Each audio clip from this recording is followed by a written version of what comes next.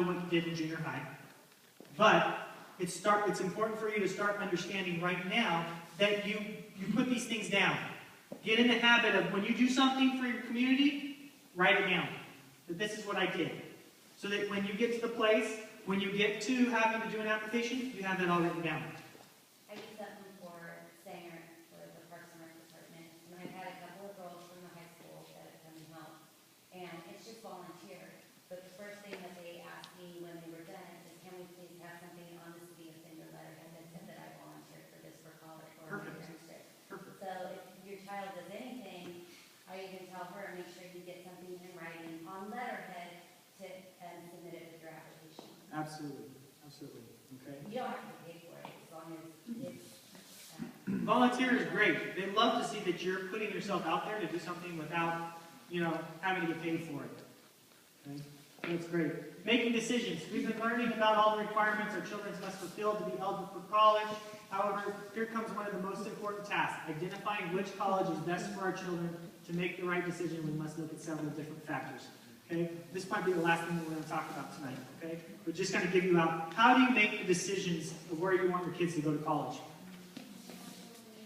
Okay? Certain things, depending on what you want to major in. Excellent. Guess what? If you were to go to Harvard, how many people, what would you guess that most of the people going to Harvard want to be? A lawyer? You're a lawyer. Anything else? A doctor. Okay?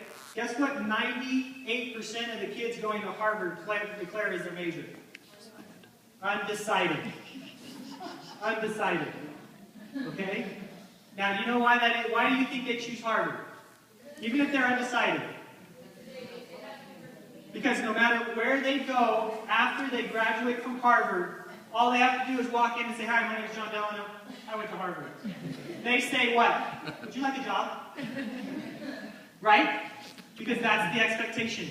Just with the name Harvard comes the understanding that this guy's going to do good stuff. Okay? By the reputation.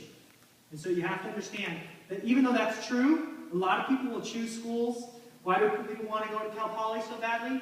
Because they're an engineering program. Okay? People will choose schools by that, but the majority of the reason why people choose schools is why? Name, reputation. Why? What did I want in my crack? Sand, right? Sand. Okay? People want to choose the schools that they want to go to mainly because of location. Mainly, number one, because of location. Okay? Okay, that's true too. That's true too. Okay? We hope not. We hope we're not. That's that one. Okay? So understand that the majority of people choose the school because of location. I chose mine because there was a 3-to-1 ratio. Anybody want to guess what that 3-to-1 ratio was? Women to men.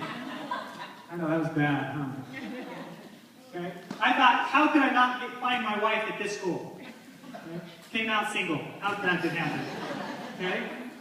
But some of the things that you're going to look at, guys, whether it's private or public, a lot of times, okay, depending on what they offer. Here's one of the crazy things. Harvard seems to be one of the most expensive schools to get into.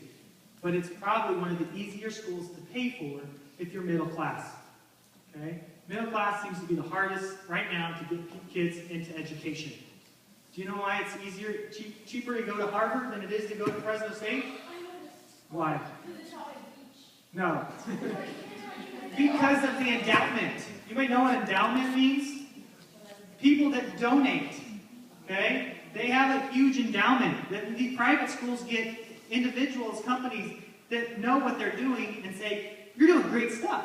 So we want to put our money into that." So a lot of people think, well, we can't afford privates. But you've got to think about the financial support that those schools can often provide as well. So private sometimes can be easier to get into or financially doable than a public school. Okay? So sometimes don't look at the price tag and think that it's not doable. Okay? Look at it as an option and then find out.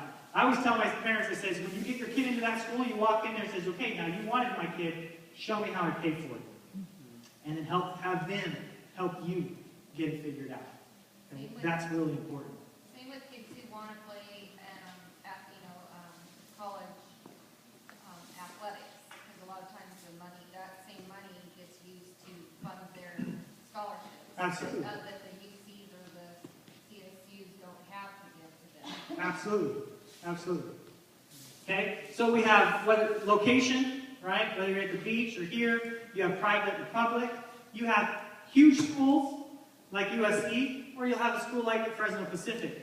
Do you want somewhere? My school had 1,200 students. It's smaller than the high school. It's half of the high school. Okay? So by the end of my 4 years, guess what? I knew everybody.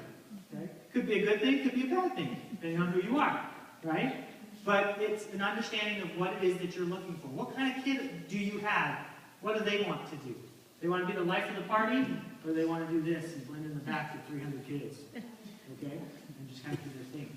So it just kind of depends on what your kids are capable of doing. Guys, transfer programs. What's a transfer